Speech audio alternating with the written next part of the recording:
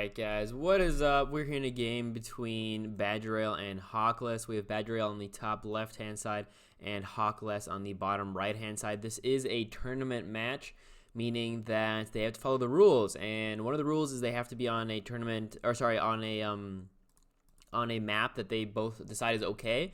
And I think that it also has to be in the ranked rotation at the moment. A second rule is that they both have to play a theme, and it can only have that race in the theme. So what we have from Hawkless are the Firk, and then what we have from Badgerale are going to be the Goblins. Generally, I think Firk by themselves, I want to say it's very close, but I think they're a tad weaker than Goblins. It's very hard to say though. I think Psychic is very strong. Like FS Psychic is probably the best the best FS battle group. I think, yeah, I would say FS Psychic is probably the best Psychic battle group. Or sorry, god damn it, the best FS battle group. But FS Firk on the other hand aren't that great. They're not nearly as good as the Psychic idea. But Goblins are probably one of the better. I want to say one of the better themes in UD, just because. Well, first of all, they have boost, right? And here we have it out early on the Goblin King. So we get boost. We have then War Banner, and then we also have, Price of Victory to get everything up to like plus 15 health. So late game scaling isn't horrible just from HP. But secondly, we also have some champions with some alright late game scaling, such as the, well, basically everything, right? Because they all have the Goblin Thievery, giving them the extra, ability from the enemy. So imagine if there's 3 or 4 goblins out and they just gain, let's say, Void Shield. I mean, seeing that a lot of this damage is going to be Psychic just because Firk generally do a lot of Psychic, but that would just mean all of a sudden that each one of these will have a resistance to like the main damage type, right? So that's kind of insane. And also just goblins in general, they have some pretty good champions like this Spellkaiser, very versatile. A lot of ways to, deal damage or stall or just like be a font contester, that kind of a thing. Here we have the cast Cauterize just in case there's any healing, and I know because like I said, I played against Hawkless. I know he plays the Font of Restoration, so we'll see if the Cauterize actually comes into play later to maybe stop some healing from Hawkless. Alright, so he puts his mutant in the font. Not a horrible idea just because he's the main tank of basically any FS battle group, other than maybe a Torton, but I think generally the Stillwater Mutant is the strongest tank that FS has to offer that also does more of other things, right? And this combo is just so insane. So what we have here is the ability Psychic Agony. And what happens with this Psychic Agony, he's moving up here. So he's probably going to try to go around here to this font next turn. Who wins this 1v1? Pummel, Call to Arms, Exertion. Well, he has the Elusive Leap, so he can like jump over the font. I mean, I think the Infiltrator slowly wins the fight, but it will be a fight on his font, right? So then he'll be losing Nora in a way. Alright, so he got the Death Nova. He's kind of sad. He would have rather have really any of the other abilities that come from the Crop Stick. The Strength of Body is really amazing because it puts the Goblin King at like 26 damage. I can never say this word. This ability is very good, and so is the Thievery. So he's a bit sad there, I think. What was I saying before though? I was saying something. I don't remember. I was just saying they're okay late game, I think. Goblins. I mean, I think they're all right, but they just play so weirdly to get to late game. First of all, the ability here, it costs 2 AP. I don't know, it's just hard to use because if they have I don't know, I've tried Goblins a few times, and I've also casted games of Goblins, like Tiny played Goblins a while, and I've tried them. And while in theory, they can be insane, like the abilities that you can receive from the Goblin Thievery, but it just somehow, they just don't mesh. I don't know why. I don't actually know why. Because, like, these champions aren't horrible. Look at this. This is 59 Nora. This is 56 Nora. Like, these are basically Moga level of cheap. But they get, 45 HP. Or here, 47 HP. This is an insanely cheap champion, right? Very efficient. Especially with all the, like, AP gain. And then you have, the HP, right? There's the war banner. He could jump over here and then just attack the brute. Alright, so it looks like the fight's gonna start now. Ooh, there's psychic damage. 18 psychic damage being dealt through the spell. What's it called? Blast. Psychic blast. That's, yeah, so now he has 26 left. He can attack once. He is vulnerable, so that's, yeah, it's like 12 or something. Yeah, 13 even. Is this a kill? It is. So actually 1 over a perfect kill here. But he does not have the Nora at the moment to be able to, or sorry, the AP to get into this font. And this was a strong move. I really like this because what he did there is he put loads of pressure on Badgerale. And now Badgerale, yeah, he can go to this bottom font, right? But he's now leaving his, you know, linchpin of the theme to be here alone. All right, can he kill this relic? If he kills this relic, he can pull it back. So if he has like a demolish and he can deploy. So if he can like demolish the spirit altar, retreat with the Goblin King so he's not in danger, and deploy. Or he could even maybe move in. I'm not sure if that's the best idea though. What did he get? Adaptive, no, or adaptation. That's not what he wanted. He really wanted this void shield. Oh, that's funny. Yeah, no, he really wanted this void shield. That would have been strong. But yeah, he can't let his Goblin King die. If it dies, it's game. So either has to play a spell to make sure that he doesn't die, or yeah, exactly, to retreat all the way as far as possible. He's still in range of an attack by the mutant. He's still in range by an attack by the mind caller. 1, 2. He's still in range here. You have to move 1 more. All right. So the mutant can still attack once. 1, 2, 3. Yeah. This guy can the mind caller can definitely attack once. And yeah, he's contesting this font. But like I said, I think this is the linchpin. And I mean, it's 4 champions versus, and it's still just 1 font to 1 font. So I think first of all, like I said, that was a very smart play by Hawkless to say, you know what, I'm moving in. I'm going to get a kill here because I moved in first. Generally, the aggressor, in these smaller fights, the aggressor often wins. In bigger fights, I actually think that the aggressor loses because what happens is they move in. They get maybe 1 kill, but then you have all your AP saved up so that you can get like 2 to 3 kills back. Unless you get a kill that can somehow kill and be able to somehow like reverse, or sorry, stop their counter attack, right? But in these like middle resource battles, all right, he gets Death Nova. He would have really wanted the this ability. That would have been funny too. But yeah, in these middle Nora value, you know, resources on the board type of things, I think generally he wins. All right, so he's retreating with the Infiltrator. Infiltrator, like I said, has that elusive leap. I don't know if I like this. That seems weird. All right, so he wants to get his font back, so he's going to retreat 2 of his champions now to deal with a 56 Nora champion, right? I really like the idea of maybe just moving 1 Infiltrator. Now he leaves 2 champions. I mean, these are both tanky, though, so you can do this. This is actually not horrible. These are both tanks. His range are still pretty doing fine. The only easy way to deal with his mutant would be like a Fading Recollection, I guess. Haha, Psychic Agony, how useless. He tried to get, I mean, actually there's only 1 good ability on him. So he should have done it on him again and gotten the Void Shield, or he could have gotten the Goblin Thievery again. So yeah, I think he should have gone for the because I think oh, it's adaptation, not okay. So adaptation is okay. The Adept Arcanist is not as good, I think. All right, well, retreated with the Goblin King, which is good. We have 2 tanks here attacking these 4, and then what's he do here? Is he in range? 1, 2, 3. He's not. So if he's here, what did he get? What was that? Blinded. Ah, okay, he blinded here. 23 HP on this Paraform.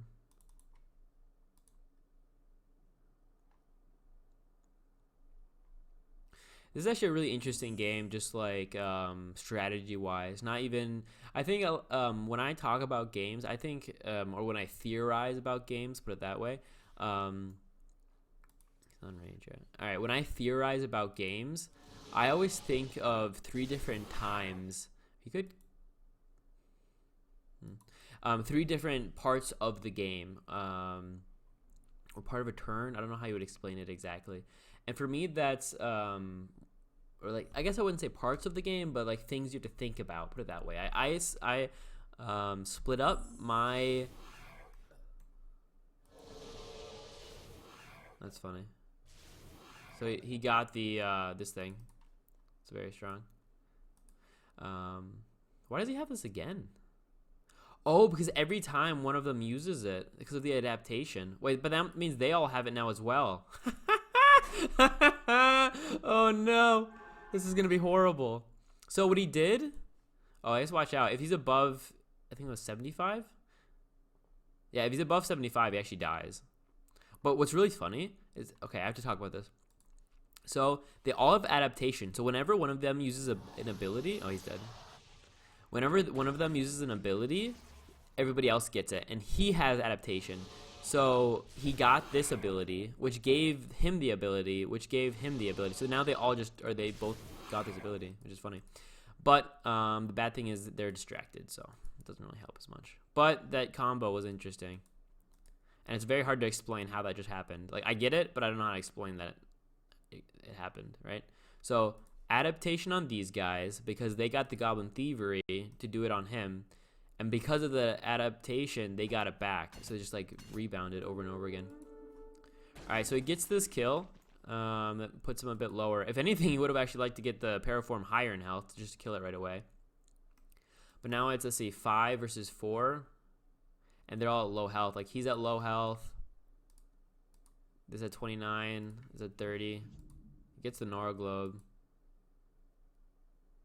69 health. He had to attack the support, which is not good. Oh, wait. Actually, it's kind of funny, too. The Psychic Agony is actually not that bad, just because now, whenever these guys get below half health, they'll do 5 damage to the enemy. That's funny. That is funny. But yeah. What I want to talk about was like the macro game. So like macro game is what, in my mind, when you think about what your game plan is going to be for the rest of the game. And I usually do that kind of more at the beginning of my game once I find out what my enemy has. So if I say, hey, look, this guy, once I see that my enemy is playing, let's say, Firk, then I can kind of set myself up for what abilities or spells I have to watch out for.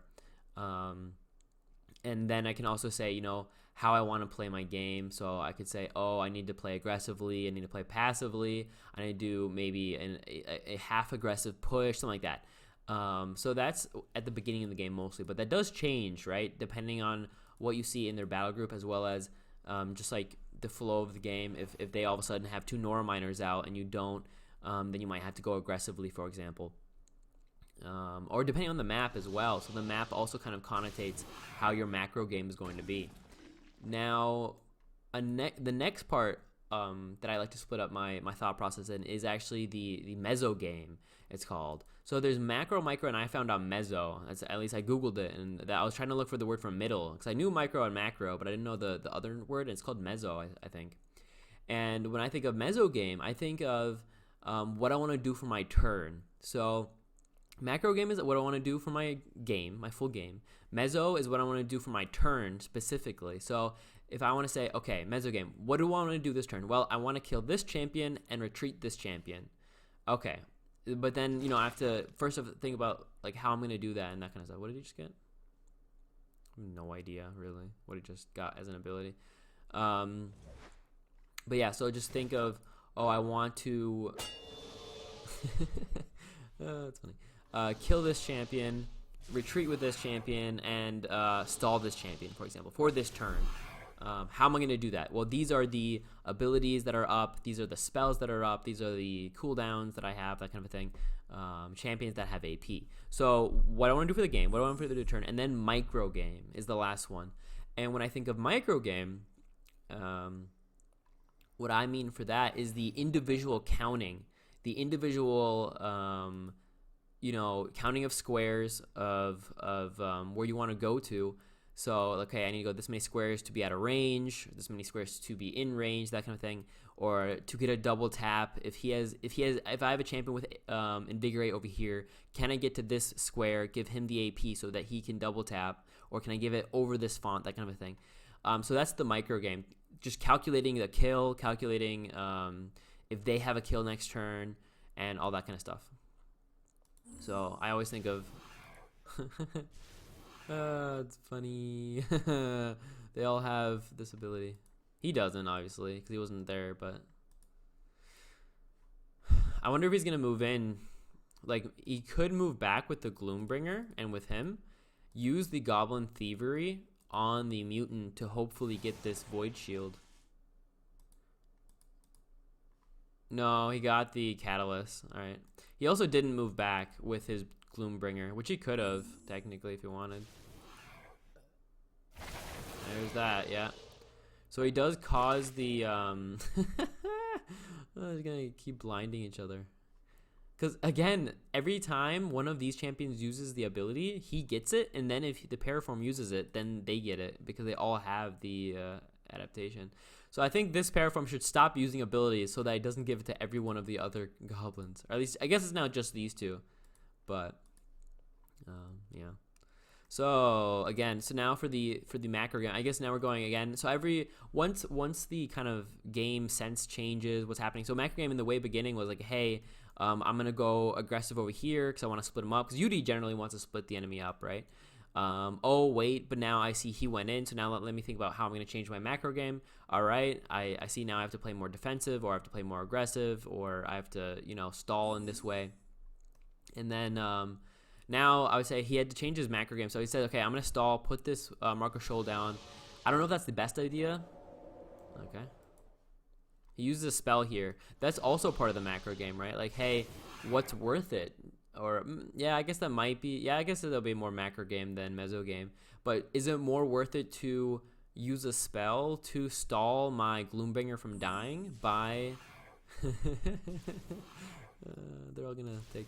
He's at 69 again. Oh, he dies. There you go. So there's the kill on the Paraform. This that it wasn't a misplay. It was just kind of like, yeah. He's in chat saying "oops." It wasn't really a misplay. It's just like, okay, you can hope that you don't get over the 75 health. That's basically what you're doing there. Invigorate? No, heal. Okay. He can't attack again. So actually, this guy just at the moment is alive. Oh wait, soul tapped. Yeah, soul tap kills him. The ensnare will be gone next turn. So let's see, 1, 2, 3, 4. No, he cannot get both Nora Globes. Only one of them. Can he use one? 1, 2, 3, 4, 5, 6. He can't even get this one though, actually. All right, so this mutant will be dead soon.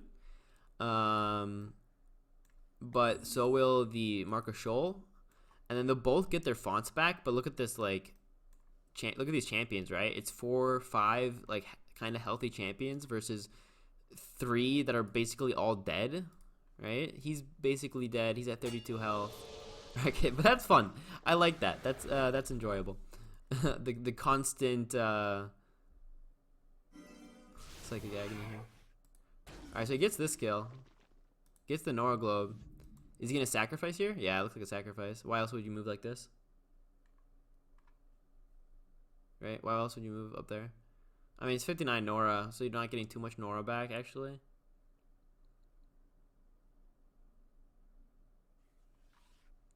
He wants this Nora Globe. But if he gets the Nora Globe, then he's not on the font. Actually, 1, 2, 3, 1, 2, 3. He can get the Nora Globe and then go up here if he wants. Yeah, there's the sack. He can get the Nora. Okay, that's good. Is it cleansing? No, okay. There could be a cleansing mist that was played though. That's basically played in every FS battle group. And if there is, then he actually, where does he want to be for that? Kind of hard to say. Yeah, he's moving in, which is interesting. He could play a spell here. It would kill the Mind Caller, and it would, I think the Consumed by Fire might do this. Yeah. So that kills this mine caller. It actually doesn't damage this mine caller though. There's so many Norglobes here. He has lumbering in 2 turns. This is actually closer than I thought now. That sacrifice was pretty good. The mine caller. Alright, so there was no cleanse. And the heal was already used. And the mine caller cannot attack, which will also die next turn. Is the dirtbag dead? With a spell he is. What was that? Was that just an attack by someone?